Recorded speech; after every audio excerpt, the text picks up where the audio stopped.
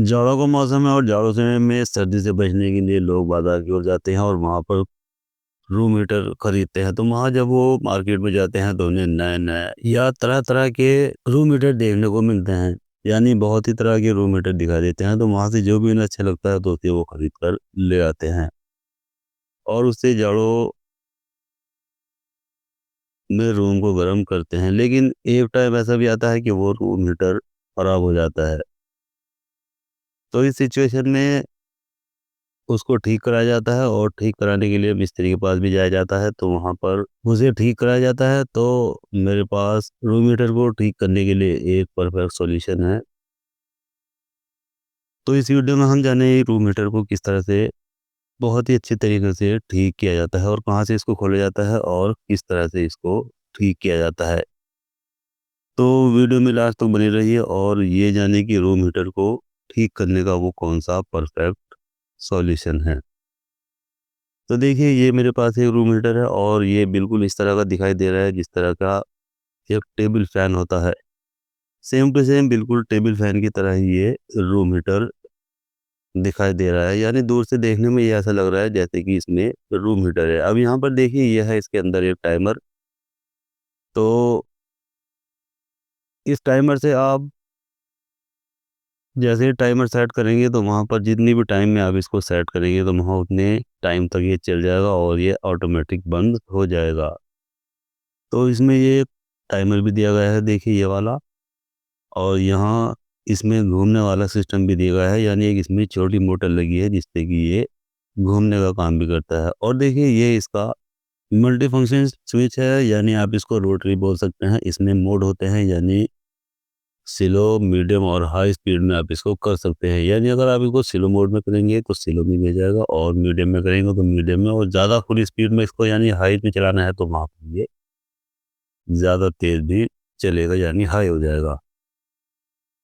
तो यहाँ पर देखिए, इसका मैंने प्लग अपने बोर्ड में लगा दिया है और यहाँ पर किसी तरह की भी कोई भी कंटिन्यूटी दिखाई नहीं दे रही। यानी जैसे ही मैंने प्लग लगाता तो मेरा बल्ब ये सीरीज में ग्लो हो जाता। तो यहाँ पर देखिए, मैं इसका जो टाइमर है इसको भी घुमा रहा हूँ और जो इसकी रोटरी स्विच है इसको भी मैं घुमा रहा हूँ, तो लेकिन किसी तरह की कोई भी कंटिन्यूटी यहाँ पर देखने को नहीं मिल रही है। तो इसका मतलब है कि ये अंदर से खराब हो चुका है। तो इसको ठीक करने के लिए हमें इसे ओपन करना होता है।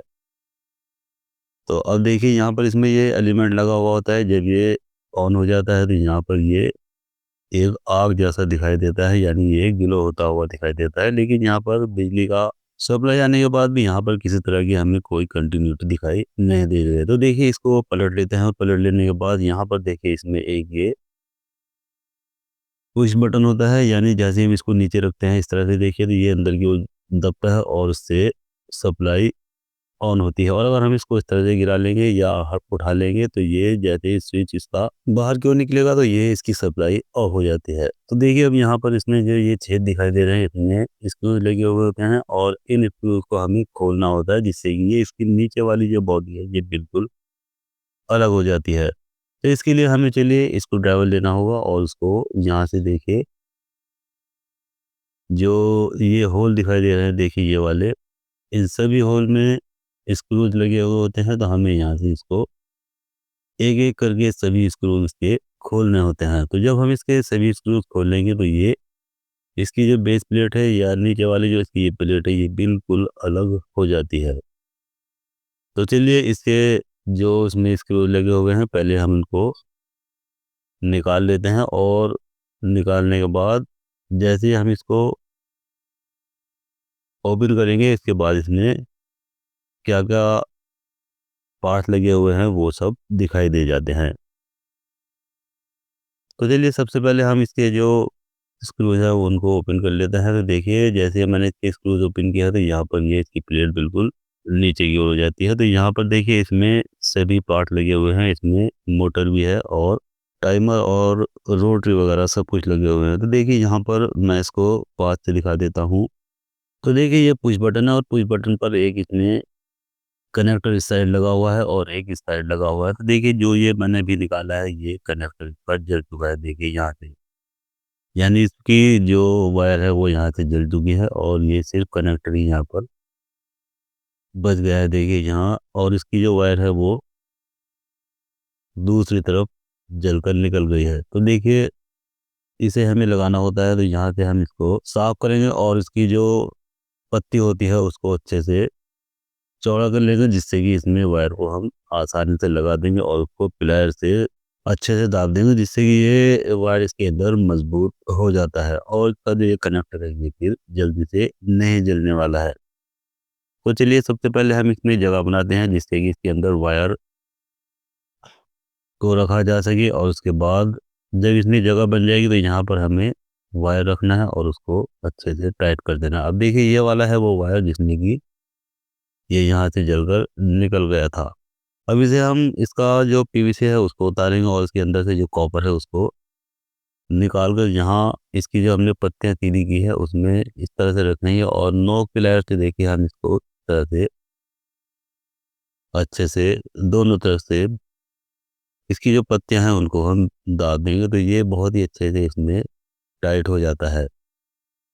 क्योंकि ये जो कनेक्टर होते हैं ये तभी जलते हैं जब इसमें लूजिंग होती है। अगर हम इसको अच्छे से टाइट कर देंगे तो ये जल्दी से जलने वाला नहीं है। तो देखिए अब ये यहाँ पर अच्छे से सेट हो चुका है। अब हम इसको क्या करेंगे, इसके अंदर जो ये पिन लगी हुई है उसके अंदर इस कनेक्टर को लगा देंगे, जिससे कि ये अच्छे से यहाँ पर टाइट हो जाएगा। अब हम इसको, क्योंकि हमारा ये काम यहाँ पर ख़त्म हो चुका है, इसमें सिर्फ यही फॉल्ट था और बाकी सब कुछ इसमें ठीक था। अगर हम इसको इसी तरह से अच्छे से लगाएंगे और जो इसके स्क्रूज वगैरह हैं उसका फेस मिला लेंगे और इस प्लेट को इस तरह से रख देंगे। अब देखिए ये अभी मैंने इसमें स्क्रूज नहीं लगाए हैं, बाद में लगाऊंगा। मैं फिलहाल इसमें सप्लाई देकर इसमें दिखा देता हूँ, जिससे कि